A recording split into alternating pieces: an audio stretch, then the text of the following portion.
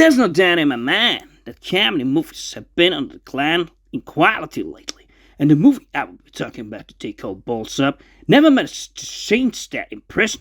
First and foremost, the comedy comes off as a bit too desperate in this one. You see very few really funny scenes apart from with this guy in the beginning that has now been drinking for 9 years and they try to get a deal with him, and it goes all astray. Nevertheless, it gives them VIP tickets for the World Cup final and first class tickets on the plane to Rio. There's also this karaoke scene, but otherwise the real funny moments does not happen in this one. I feel the movie had potential in the beginning with this potential kind of sponsorship deal for the World Cup, and of course this mentioned guy that had not been drinking for 9 years.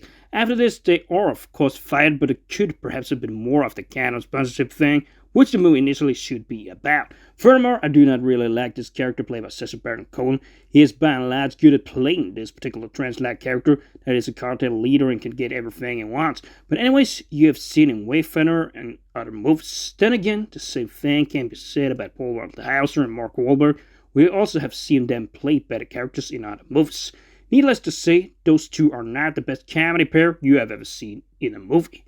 The comedy itself also becomes a bit childish. These days it seems like that you can still make fun of cock and balls and take that quite a long way, like they essentially do in this movie, but not elements like racial jokes and blackface. That seems quite forbidden nowadays.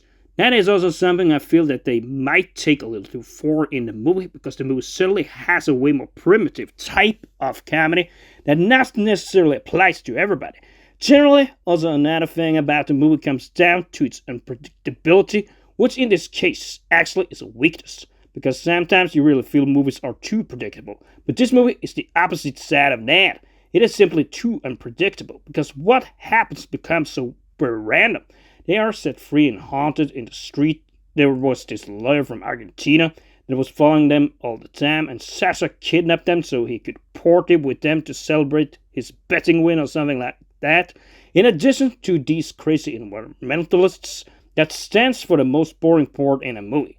Lastly, I can give a little comment on how I feel the movie could have been better, and that comes down to the beginning, because there we had potential with the condom companies, because maybe they worked for another company and then crashed another World Cup. That could be an interesting one, because I feel there's too little about this condom company stuff that it really should have been about. But that's just another reason why this is indeed one of the worst comedy movies in 2026, and I will give it 5 out of 10, because it never really is that funny.